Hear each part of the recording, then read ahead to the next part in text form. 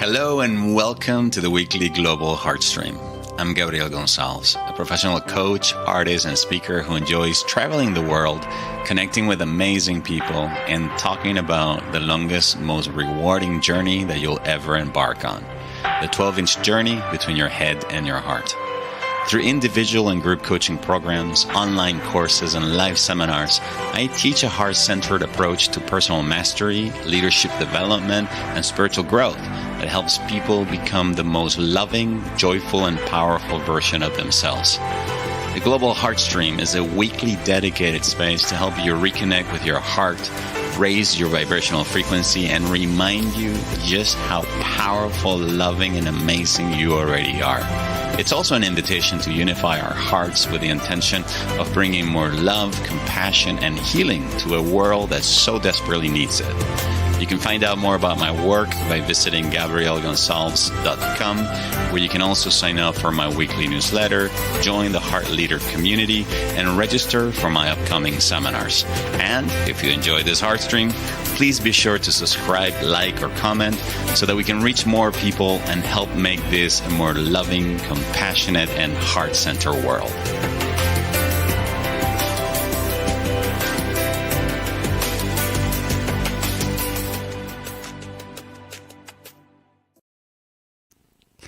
Hello and welcome to the weekly Heartstream. I'm your host, Gabriel Gonzalez, broadcasting live today, 15th of December from Granada, here in the south of Spain. Today we are talking about the key to building deeper, more loving relationships. It boils down to one word and one word.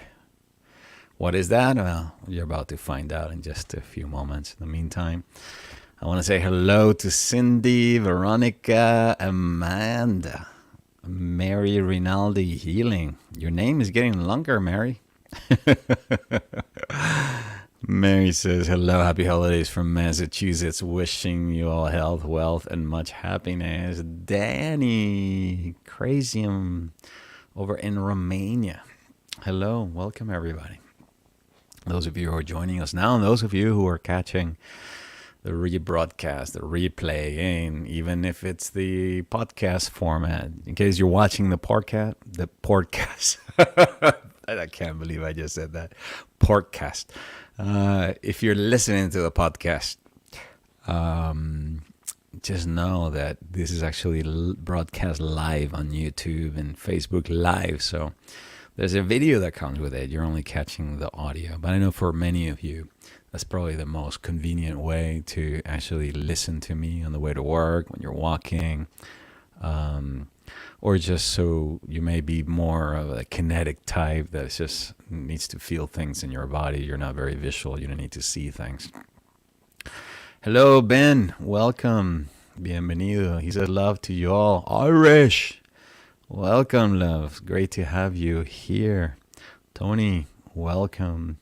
Irivati, Jennifer, all of you who are making yourselves present in this virtual circle. Thank you so much for being here and participating in this global heart stream, which is in essence an invitation and an excuse for all of us to, wherever we are in the world, to unify our hearts, consciousness in one heart, for the purpose of raising our own vibrational frequency, experiencing our connection, no matter how far and how disconnected we may feel.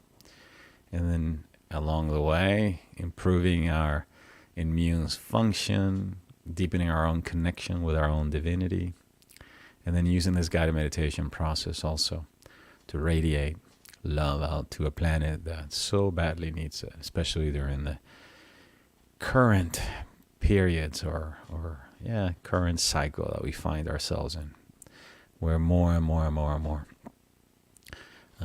it's imperative that people like you and me stay in our hearts, do our very best to continue to be, like the Ascended Master tradition would say, keepers of the flame. Elizabeth Clare Prophet would teach that within her heart there is a little flame that is imperceptible to the eye, that measures 1/16 of an inch. So Think of what 1/16 of an inch is, like really tiny. Cannot be seen with a naked eye, but can be felt. And she believed that it was that spark of light within our own hearts that is where the I am presence was, which is where also our Holy Christ cells burns brightly in a little altar. It's the same thing that the Sufis refer to as the hidden men, or the man inside the heart, or the Buddhists as the lotus flower in the temple within the heart. I don't care what we call it, but we all know that there is something mysterious yet powerful within our hearts, because there's something magical that happens the moments when we turn inward and awaken to a greater dimension within ourselves. That dimension that Carl Jung referred to when he said, who looks outside dreams, who looks inside awakens. And awakens to what? To exactly that, the kingdom of the heart, which is the kingdom of heaven within. A state of awareness, a way of being that is all loving, nurturing, caring, supportive of all of life. We've been speaking during this entire month about what happens when we begin to align with this inner source of love within us, and we begin to communicate how the nature of our relationships begin to change, how we communicate with ourselves, how we treat ourselves, how we are with ourselves, and then with other people begins to change. And that's where we're going really in today's conversation. If you remember, last week was all about your relationship with you. And we spoke about how the key was learning how to give yourself the love, the understanding, the compassion, and all those things that we normally look for outside in other people. Learning how to fill your love tank in essence, so that you could then communicate yourself, or with yourself rather, from that space. Treating yourself with love, with kindness, with compassion, and then therefore improving your relationship with yourself. I mean, how many times have you heard people say, I know I have, something along the lines of like, I need to work on my relationship with myself. It sounds kind of weird, like something that schizophrenics do. It's like one mind has to speak to another mind. But no, we're speaking about, in essence, how our egoic mind, our mental programs, right, the way we were indoctrinated, and the way we were treated by others, basically, how affected us. We learn, in essence, how to mimic and to copy, monkey says, monkey do, to basically treat ourselves the way we were treated in our early childhood. So last week was about dismantling some of those programs, those conditioning, and learning how to really pick up that more vulnerable, sensitive, simple aspect of ourselves that is normally referred to as your inner child. Learning how to hold ourselves, and learning how to, in essence, practice what is called emotional self-regulation. Just like when your child is, if you're a mother or have been a mother or a father, when your child is like hungry and crying, or they're tired, sleepy, hungry, they wet themselves, whatever it is, and so they're experiencing an emotion. The way you regulate that emotion is by holding it, right? By meeting some kind of an emotional need or physical need, sometimes in the case of hunger, or wetting yourself, so that by meeting those needs, then the child can then feel safe, and peace can be restored. Well, the process that we spoke about last week was, in essence, learning how to do that for ourselves. And we spoke about how one of the keys to doing that was learning how to cultivate it within ourselves, because we cannot give something that we don't have. So it was all about learning how to fill our own tanks, and learning how to regulate ourselves, learning how to have those needs met by a proverbial parent or adult within us, right? That can pick up the part of you that feels vulnerable, that feels scared, that feels confused, etc. Now let's talk about this exact same key, but as it applies to the people in your life. Raise your hand if you would like to experience deeper, more loving relationships. I can almost see everyone's virtual hand being lifted at this moment. Who doesn't want that? I mean, the feeling when there is depth and connection with another person is incredible. It's incredible. I remember for years, especially my years in LA and my teenage years, I always was seeking for that through sex and through sexual encounters and conquest. And I really believe that it was through sex that I could find that sense of intimacy and connection. And quite the opposite happened, you know. The sexual intercourse, union would be very short-lived. And then once it came to an end, it oftentimes led me feeling a deep void and even more disconnected with somebody. Hence, I was constantly looking for the next encounter, the next experience. Amanda's raising her hand. Cindy's raising her hand. Irish raising her hand. Lots of people raising their hands. Yeah, all been there, done that. And again, it's just an expression of the journey we all travel in search for love, oftentimes at the very beginning in all the wrong places. But there came a time in my life when I realized, okay, this is just a void that I'm trying to fill. And I literally decided to take a break, to take a period, to take a break from relationships, from having sex with anybody else, and then just to work on myself. Speaking about working on yourself, I worked on myself. Yeah, just to be with myself, to get to know myself, to understand myself, to heal within myself. What I didn't know was broken, but I could feel it. And so during that time where I was celibate, one of the things that began to happen was a greater sense of depth and connection began to happen with people in my life who were friends, and some of them were clients, or some of them who were just part of the people I was connected to. And I began to realize little by little that there was a big distinction between intimacy and sex. That sex does not necessarily mean intimacy, and that you could sometimes experience a sense of intimacy and connection and union that goes beyond sex with someone without even having sex. Profound. And as a coach who specializes in the area of emotional self-mastery, heart intelligence, everything that relates to, in essence, to the heart, I realize, and I come to understand this, that this is really just all about connection. What we had all been longing for, looking for, is really connection. It's what drives, in essence, many of our motivations. We want to feel more connected to ourselves, to each other, to the land, or our own divinity is part of what we're doing here every Wednesday, working and experiencing this connection.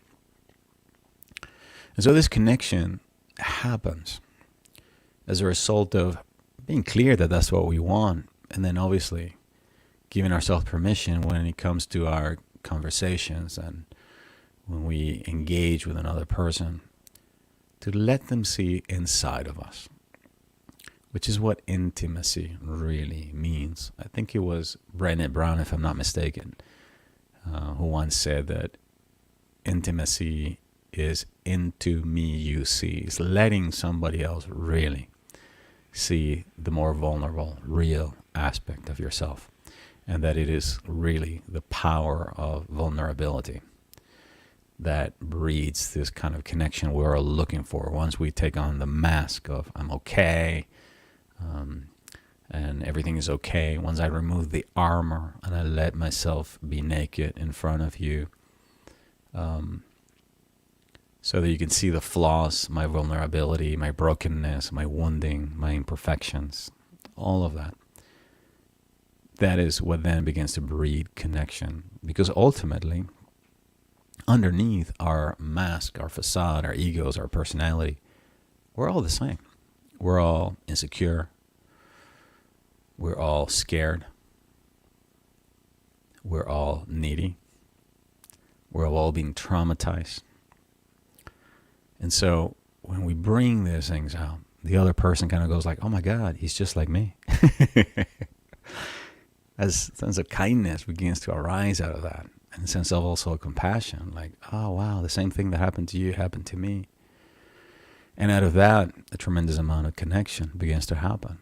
But notice that all of this is only possible when two people choose to come together to be in this particular way, to experience their connection, to feel more connected. And they do this through communication. They communicate. There has to be communication. Without communication, it does not happen. So the key then ultimately to building deeper, more loving relationships is communication, but not just communication. The kind of communication that arises from a place that is loving and compassionate, vulnerable, real, present, heart-directed, where we can experience our connection.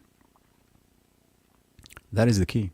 In fact, there's a tremendous amount of research that shows that there is a correlation between the quality of our communication and the quality of our relationships. In fact, most breakdowns in the end of a relationship are really breakdowns in the communication. When the communication breaks down between two people and they stop communicating, they stop really letting each other see what's really happening inside of them, sharing their fears, their frustration, their points of view, their desires, their needs, like all of that. When that stops happening, the communication begins to break down. You know, once there's a breakdown in the communication, you can almost be certain that is the beginning of the end, unless the communication is reestablished.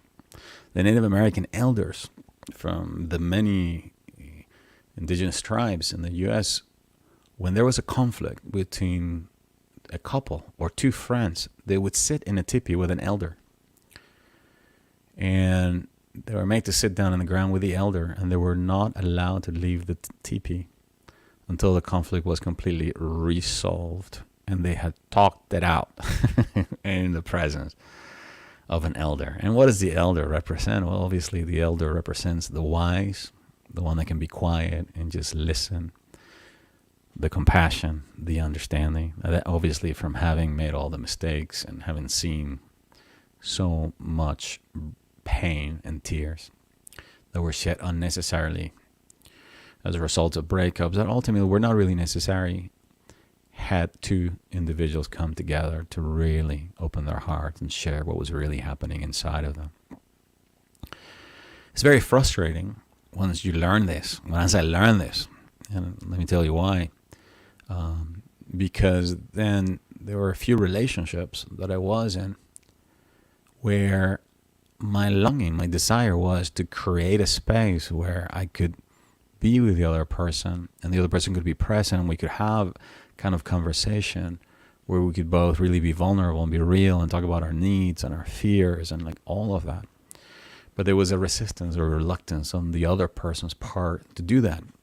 And I don't blame them, because putting yourself in a vulnerable place like that, it's risky. It's likely to bring up not only your own pain, unmet pain especially, but also in the other person. So it's very normal for that to happen. It's sad when you're on this end and you have some tools and you're like, okay, I know I can share my heart and I can hold space for another person, but they're unwilling, they're resistant, they don't want to. Maybe they put you in a box, they label you as bad, evil, whatever, and it's just, once they put a level on you, it's really easy to remove it. They're just unwilling, basically, to come to have a conversation with you. And they refuse or reject the invitation or just simply stonewall you or ghost you. Then it becomes very painful, obviously. But the path requires that. The path requires that. I mean, for me, I think that as much pain and obviously sadness as that caused, there was also the absolute certainty that this is how I want to be in a relationship. So if this person is not willing to come into a place where they can be vulnerable, can really talk about their needs, what it is that they're really feeling, then chances are in the end, we're not going to be a good match. So I require them to surrender, let it go through the pain, the grief, the heartbreak of everything that normally requires. But one thing that began to happen as a result of that is that then new friendships, new relationships began to then come. And the ones that left, because there was a resistance to really to show up, to be real, to experience the connection and to be vulnerable, all of that, were ultimately replaced by people who wanted to be vulnerable, who wanted to experience this connection, who long for this way of being in a more deeply loving relationship. That can sometimes surpass anything we have experienced with a sexual partner. It's just because it's a depth that is really difficult to express. There's such thing as physical connection, like when you connect two cables. But there's such a thing as an emotional connection, which is really when the electricity that flows through those cables is like very powerful. That's what I'm talking about. And your heart is the place out of which then that electricity flows with constantly as love, compassion, kindness, joy, and all the things that ultimately hold this higher source of fuel that we all have come to then and identify and recognize, and what we normally now call experience our heart connection. That's normally what it's referred to. So communication is the key. You want to have deeper, more loving relationships. Well, remember, as we spoke last week, it begins by you having a deeper, more loving relationship with you. Because if you can't go deep with yourself, if you cannot bring yourself to talking about your core needs, your core wounding, your core grief and sadness, and to doubts, your insecurities, and to just bring it all up and blah, put it there, right? How can you expect somebody else to do the same? You must be willing to go to that depth. And then not only that, be able to hold a space so that the other person, when it's their turn in communicating, can also go to their depth and you not be drowned in their own depth. You can still sort of stay in there in the boat, kind of like I used to be a scuba diver. And sometimes there's a person on the boat while the other two are like diving. Yeah, so you stay as the one who's sort of like floating, holding the space or the rope for the other person so they don't drown, and you just simply hold space while they go deep. You hold them with a heart of compassion, listening, being with the discomfort that it's triggered in you, but nonetheless, being with them. You must be willing to go deep. You must be willing to also go into a place of love, compassion. You want deeper, loving, compassionate relationships? Well, first starts with you, and then bringing that in your communications with others, so that it is from the depth of you that you are communicating, even if it inconveniences or even triggers the other person. So it is from your love that you are communicating, not love as a romantic idealism, but as the energy that nurtures, cares for, and supports all of life.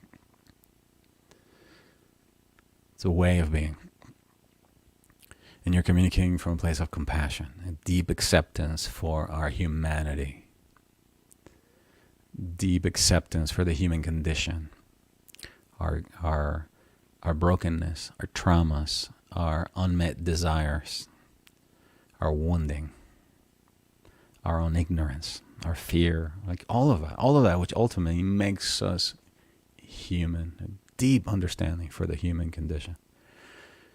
The more you do that on your day-to-day basis, the more you do that as we go now into the Christmas season, and there is a higher potential for connecting with more people and therefore being triggered as well, the more important it becomes that you stay in that deep, loving, compassionate space of your heart, so that then you can not only hold that space for you, but then also with those you choose and it feels right and you want to build deeper, more loving relationships, give yourself permission then to communicate from that space. Can you do that? That requires heart. That requires courage. It also requires a tremendous amount of self-love, love for yourself. It also requires clarity.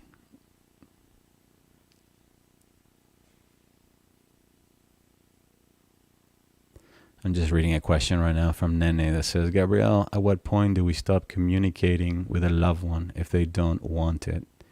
In my case, my daughter. It's a difficult question.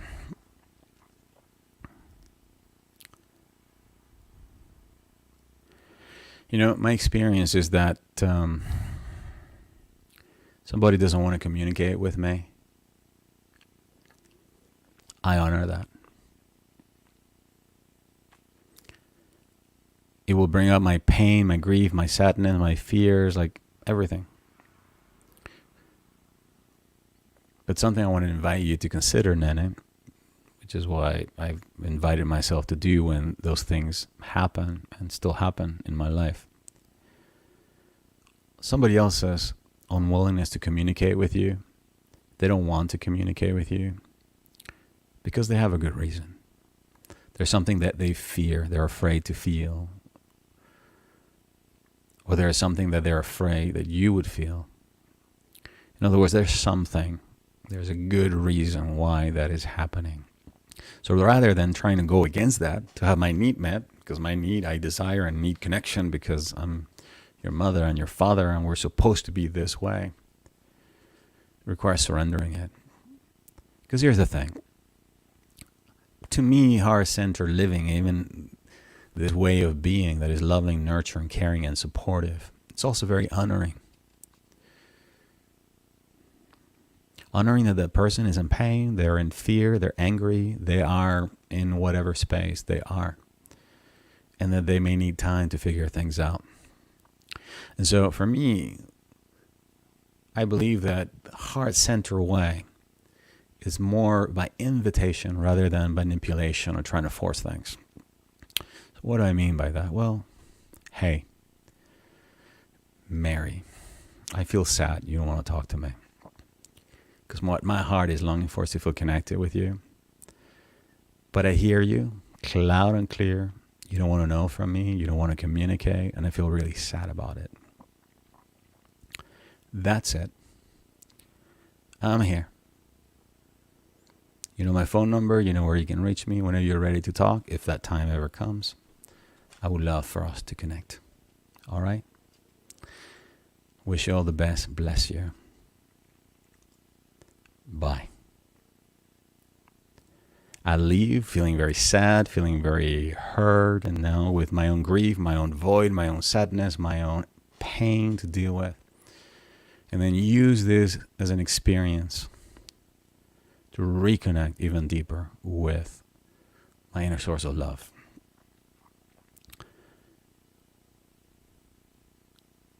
As you do that, you move into a place of love, compassion, kindness. You begin to vibrate. You move away from fear, from wanting to control the other person, from manipulation, from pride, from whatever it is. You move into a place now. You begin to align with the energy that nurtures, cares for, and supports all life. And guess what will happen eventually, or chances are, as you stay in that vibrational space of love, kindness, compassion, etc. What do you think somebody that is very close to you, that came from you, when once they finally realize how disconnected they feel, once they realize that ultimately that you are the person that they can come to for nurturing, care, and support, because not only are you vibrating that, but ultimately you're their mother. Okay? What do you think is going to happen? They'll be drawn to you when the time comes. When will that be? In a year, in 2 years, 3 years, 4 years? I don't know. It really is. It requires a tremendous amount of surrender. Letting it go. Letting go and letting God. In other words, letting God be, if you want to replace the word God for love, letting love enter their lives. Hold them in your heart. Send them love. Bless them love. Continue to hold the possibility of a reunion, an encounter, a big celebration. Everybody celebrating being together after having moved through, through a period like that. And then what happens after the healing takes place? I spent 2 years that I did not talk to my mom when I was in my teenage years. I hated her. I did not want to be with her. I felt she had betrayed me, my father, when she divorced him and had an affair. And it was very difficult to cut her out from my life. Very painful for her and for me as well. I mean, I had a very special connection with her. But here's what happened. In that period of 2 years, I grew a lot and experienced life. I experienced different kinds of relationships. I struggled with my own addictions and heartbreak. Something happened that I began to feel more connected to my mom naturally. I began to understand her better, why she had done what she had done. And as a result of that time, those 2 years that I had to have those experiences, I felt more compassion with my mom and eventually reached out to her, wrote her a letter. And then we met, we forgave each other, we cried. And then from that moment, began to relate in a deeper, more loving, compassionate way we had never experienced before. I realized that during that time, I had just judged her, put her on the pit. Okay.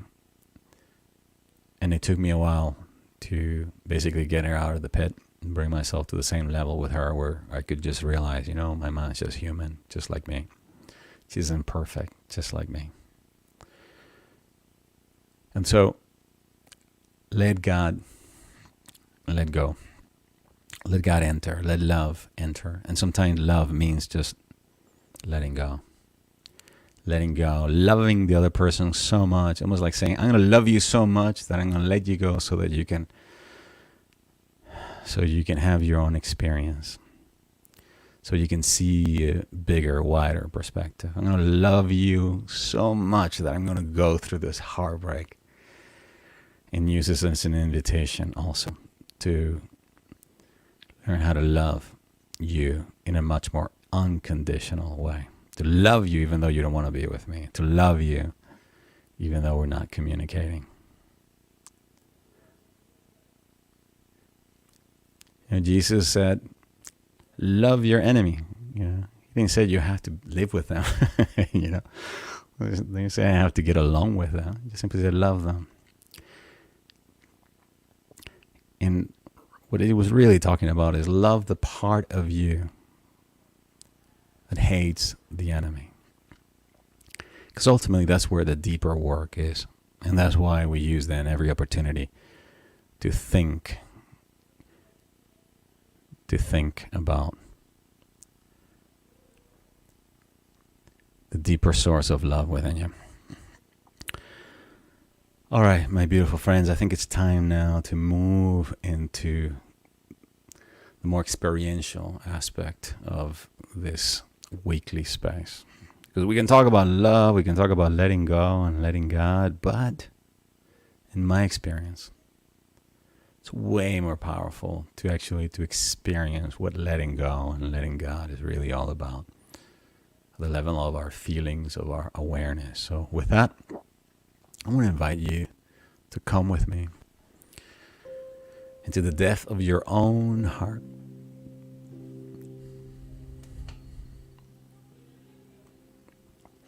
So that you can connect with a deeper aspect within you. At the center of your being. with that inner flame, 1/16th of an inch that is inside of you, that is always connected to the heart of God.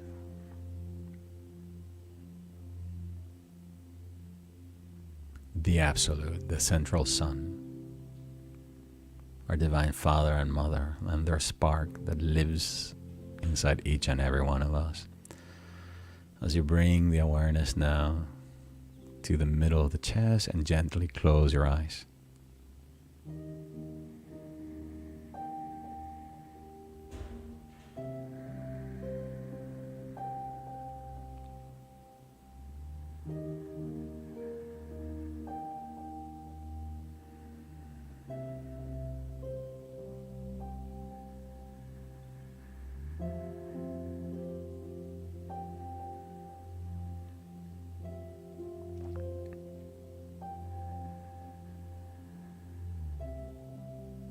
As we begin to breathe in and out of the heart, we give ourselves permission to release and let go of any unnecessary tension around the head, the neck, and the shoulders.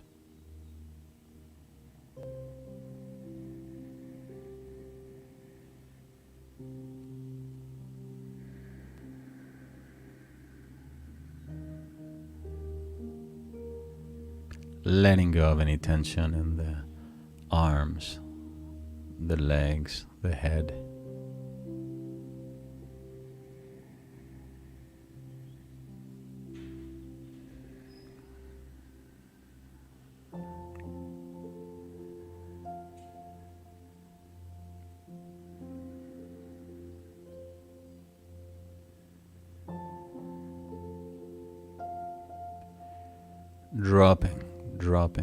Dropping our awareness from the head and the busyness of our minds into the middle of the chest, where we begin to now see, feel, and imagine a burning flame.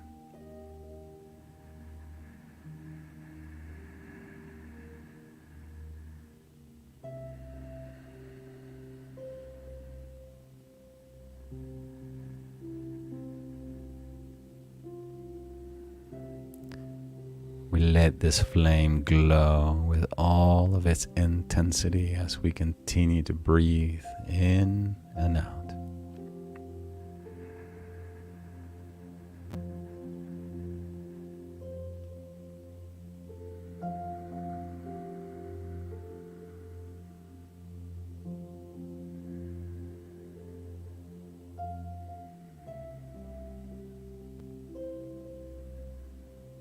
And I recognize that this flame within me, it's in the microcosm what the flame in the heart of God is in the macrocosm.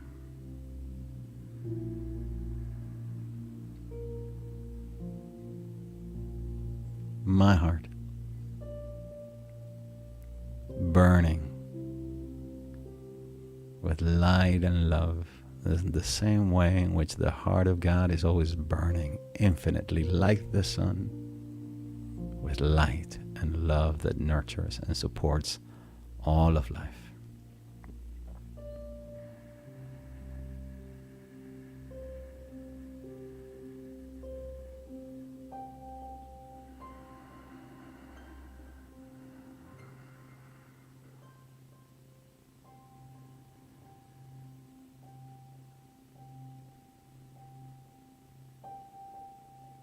In the name of the Father, the Mother, the Son, and of the Holy Spirit, and speaking on behalf of everyone who's present here today or watching the recording, I unify the flame within my heart with the infinitely loving flame in the heart of God, knowing that where God is, I am. Where I am, God is. And that my heart is burning with love, compassion, and light. Perfect union with the heart of God. I feel this connection. I see it. I declare it true and real for me right now. Knowing that this is also true of my daughter, my son, my brother, my sister, my parents, my friends, my family. I recognize the sacred flame within my heart that makes my heart sacred. And I recognize the sacredness of all hearts because God only made sacred hearts.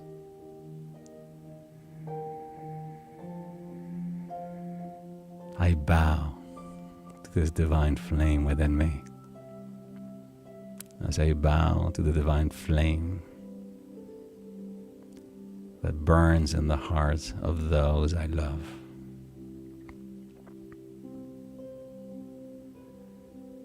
I recognize that where they are, God is. Where they are, there's an infinitely loving intelligence. They may not be aware of it, but it's there.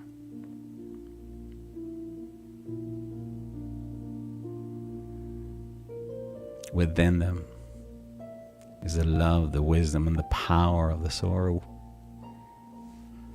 Love, wisdom, and power that is capable of creating miracles in their lives, healing any condition, healing any addiction, transcending any sense of lack, of limitation, or separation.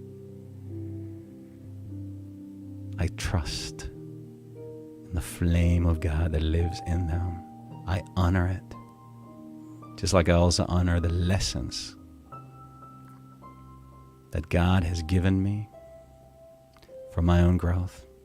I also honor the lessons that God has given them as part of their own growth, realizing that if I interfere with their lessons, I am denying them the opportunity to grow, to expand, and to know God within them.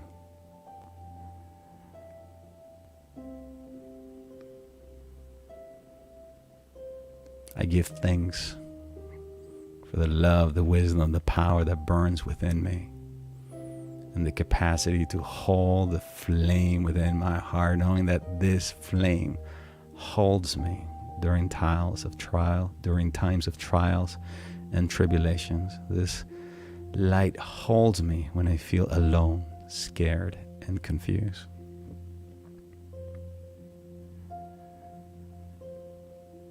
I give thanks for the inner flame within my own heart, which is my own connection with my own inner Christ self. I give thanks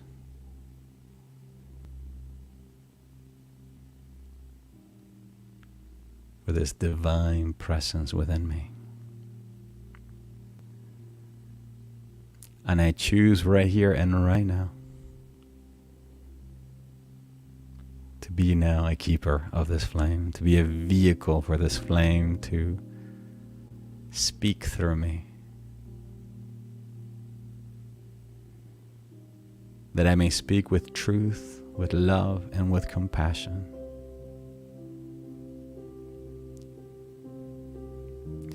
For myself and for those I communicate with.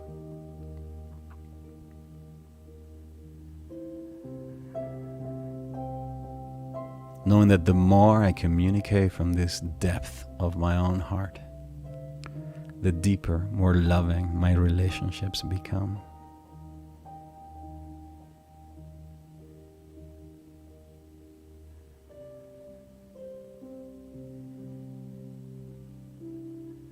I give thanks for the presence of this living light that is my own inner Christ self, being reborn here and now, every day, just like the sun.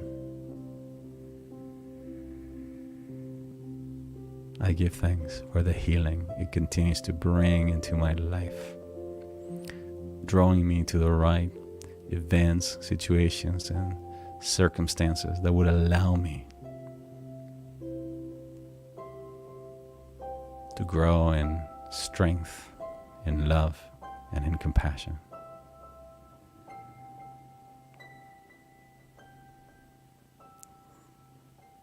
For the more unified I am with the source of these divine qualities, the more I become a vehicle for God to be God through me. Therefore, in the name I am that I am, and in the name of my own holy Christ self, I let go and I let God.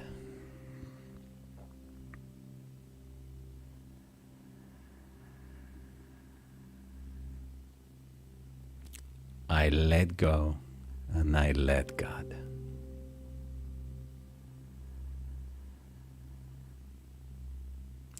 I let go and I let God.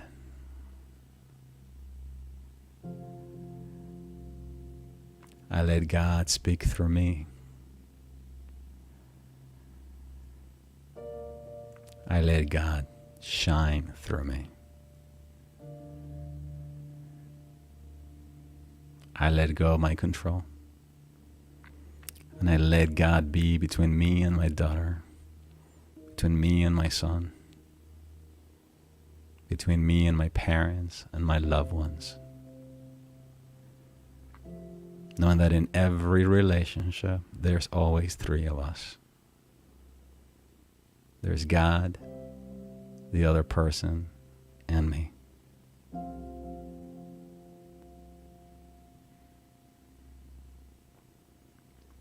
In the Sacred Heart of Christ, I trust. In the Sacred Heart that lives within my daughter, my son, my mother, my father, my friends, my family, I trust.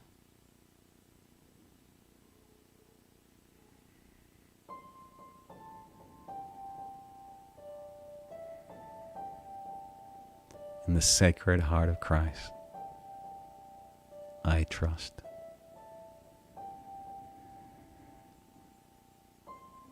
And so it is, and it is so.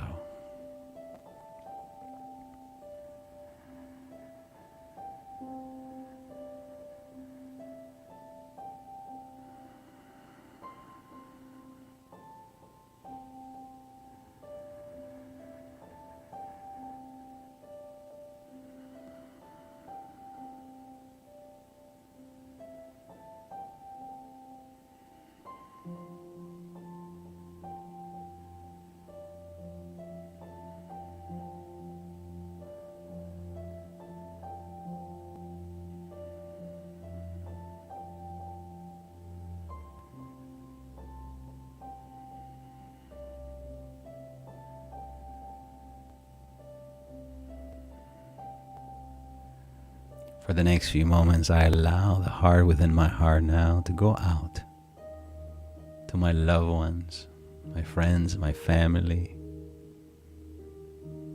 and out to the world. Letting go of this flame and letting God. Letting go and letting God.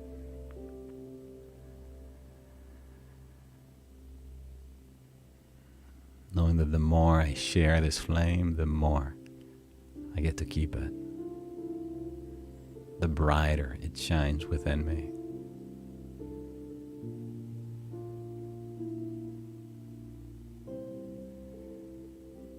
I allow this light of compassion and love to go out into the world, to bring healing where it's most needed, offering the softening of the hearts and minds of God's children everywhere.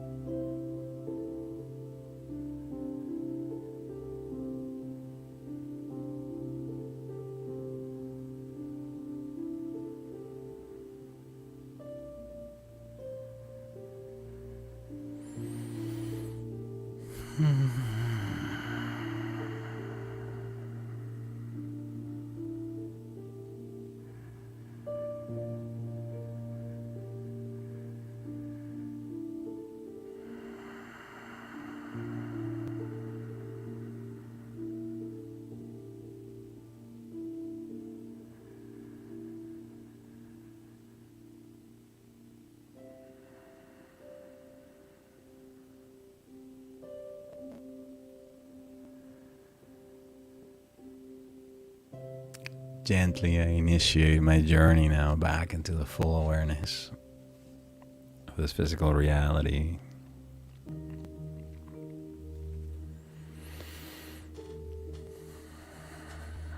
Opening my eyes and reacquainting myself once again with the space that surrounds me.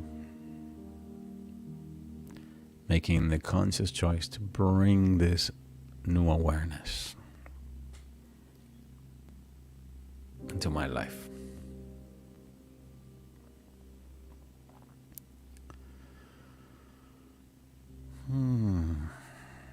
Irish says, thank you, Gabriel. May the love continue to grow for all of us. Yeah. Amen, sister. Absolutely. He has no choice but to continue to grow. We are right now on a process of ascension and expansion. Nothing can stop that. Nothing. No one. Once the presence of love has been invited in and ushered in, it can't help but bring out all the unlovingness and begin the process of alchemy that only love does. So you're absolutely right.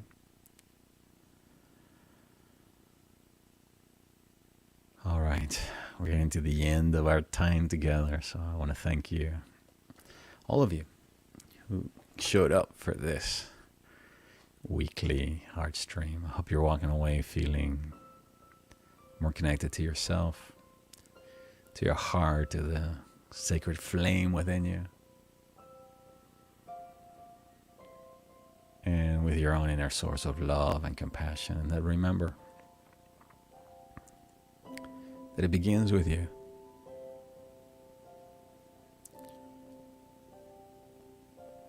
Learning how to give this love to yourself and learning how to communicate from this love with others. That is the key. Nene says, I actually needed this session more than expected, Gabriel. Tears were shed, so thank you. You're welcome. Nene, I want to recommend, if I may, that you watch a movie. It's called Beautiful Boy. Don't know if you're familiar with it. I forgot the name of the, I think he's either Canadian or British actor, young man, who plays the lead character. Highly recommend it. I think you will not only enjoy it, but also draw a tremendous amount of wisdom from it as well. It's one of those movies that get to you. It's called Beautiful Boy. You're welcome, Danny. You're welcome, all of you guys. Thank you again for being with me today. I hope you're walking away feeling, refreshed, uplifted, more connected. And if you did shed some tears, remember, it's your heart cleansing, lubricating from the inside. They're lubricating tears that are just making your heart more supple and softer. Well, they're coming from your heart, but they're really coming from your soul. That place of you that is always, always connected to the one power, the one presence. That is the one. All right, my wonderful friends, please, I look forward to seeing you again next week when we're going to be very close now to Christmas. When we meet again will be the 22nd, I believe. The topic for next week is in the manger of your heart. Guess what we're going to be talking about? Yes, I'll tell you next week. Until then, please, please, please stay in your heart. Take care of yourself so that you can take care of others. And as always, I send you all my love from my heart to yours. Bye-bye for now. Thank you for joining me in this week's Heartstream.